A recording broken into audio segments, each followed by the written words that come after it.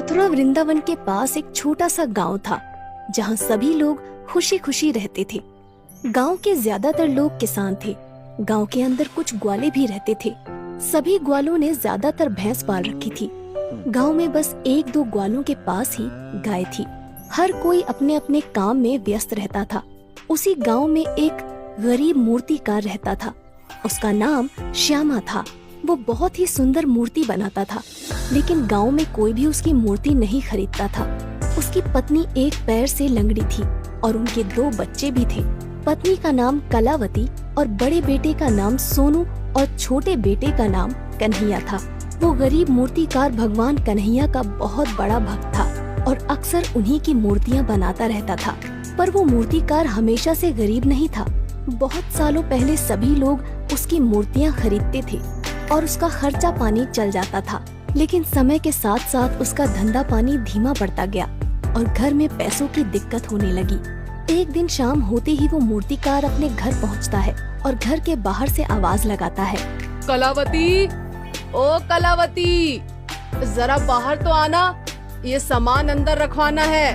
अपने पति की आवाज सुनते ही कलावती एक लाठी का सहारा लेकर तुरंत बाहर आती है और टोकरी में रखी सारी मूर्तियाँ देखकर निराश होते हुए अपने पति से कहती है, ये क्या, आज भी सारी मूर्तियाँ वापस ले आए तुम? तब मूर्तिकार श्यामा कहता है, अब मैं क्या करूं कलावती, गांव का एक भी आदमी मूर्ति नहीं खरीदता। तब कलावती थोड़ी तेज आवाज में कहती है, कोई तुम्हारी मूर्तियाँ क्यों खरीदेगा? सालों से एक जैसी मूर्तियाँ बना रहे हो। वही राधा कृष्ण की मूर्तियाँ, कभी तो नए जमाने की मूर्तियाँ बनाया करो। जमाना बदल रहा है। इतना सुनते ही श्यामा नाराज हो जाता है और कहता है, देखो कलावती, तुम मुझे चाहे जो कुछ भी कह लो, लेकिन मेरे राधा कृष्ण को कुछ मत कहना। इतना सुनते ही कलावती मुंह फुलाकर अंदर चली जाती है और घर के अंदर रखी राधा कृष्ण की मूर्ति के सामने खड़ी होकर कहती है, सुना है तुम सबकी सुनते हो, तो फिर हमारी क्यों नहीं सुनते? मेरे पति कितने सालों से तुम्हारी भक्ति कर रहे हैं और बदले में उन्हें क्या मिला? वही गरीबी, वही रोज रोज की तकलीफें।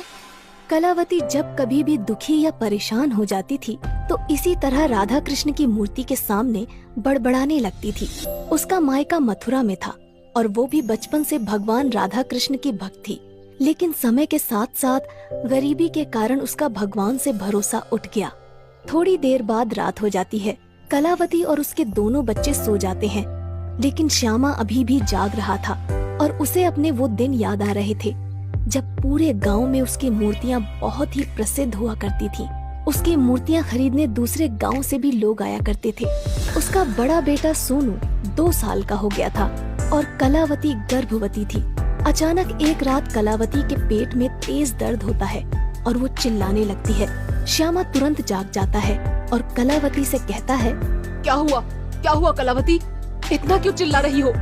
तब कलावती दर्द से कराहते हुए कहती है, पेट में बहुत तेज दर्द हो रहा है।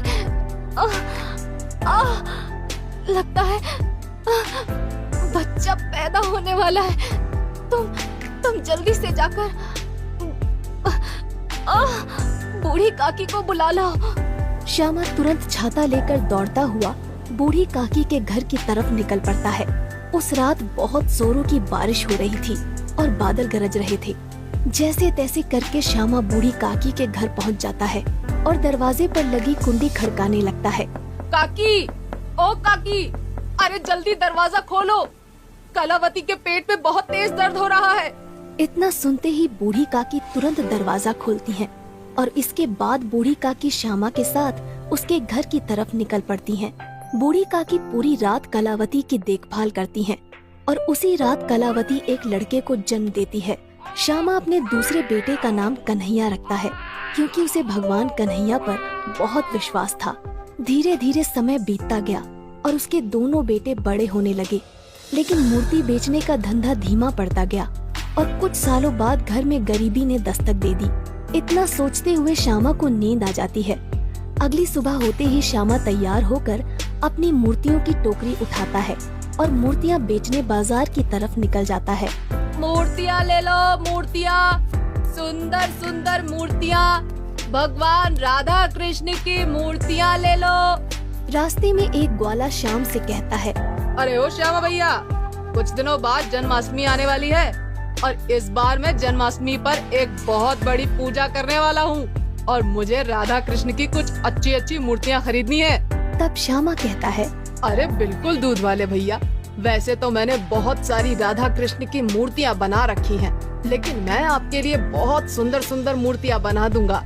इसके बाद श्यामा बाजार में पहुंच जाता है। थोड़ी देर में उसकी 3-4 मूर्तियां बिक जाती हैं और वो कन्हैया का शुक्रिया करते हुए कहता है, मुझे अपने कान्हा पर पूरा भरोसा है, वो कभी मुझे भूखा नहीं सोने देगा।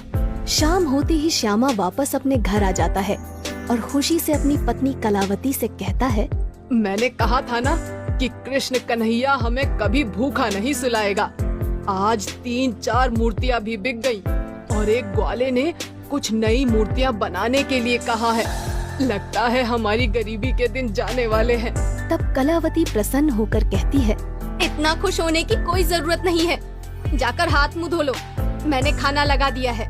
इतना सुनकर श्यामा मन ही मन मुस्कुराने लगता है। वो जानता था कि उसकी पत्नी कलावती उससे बहुत प्यार करती है। अगले दिन से श्यामा राधा कृष्ण की नई मूर्तियाँ बनाने में जुट जाता है और अपने बड़े बेटे सोनू से कहता है, बेटा जन्माष्टमी आने वाली है, इसलिए मैं नई नई मूर्तियाँ बनाने में व्यस्त हूँ। तुम बाजार जाकर ये मूर्तियाँ बेच आओ, इससे कुछ पैसे मिल जाएंगे। सोनू मूर्तियों वाली टोकरी अपने सिर पर उठाता है और बाजार की तरफ निकल पड़ता है। श्यामा आज बहुत खुश था और वो पूरे दिन केवल राधा कृष्ण की एक मूर्ति बनाने में गुजार देता है। श्यामा मूर्ति बनाने के बाद उसे घर के आंगन में रख देता है। अगली सुबह जब सभी लोग घर के आंगन में देखते हैं तो राधा कृष्ण की मूर्ति के पास बहुत सारे पैसे रखे हुए थे।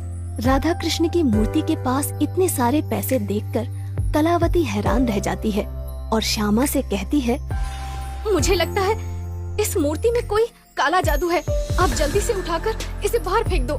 तब श्यामा कहता है, कैसा काला जादू? मैंने कल ही इस मूर्ति को बनाया था, मुझे लगता है भगवान ने हमारी पुकार सुन ली।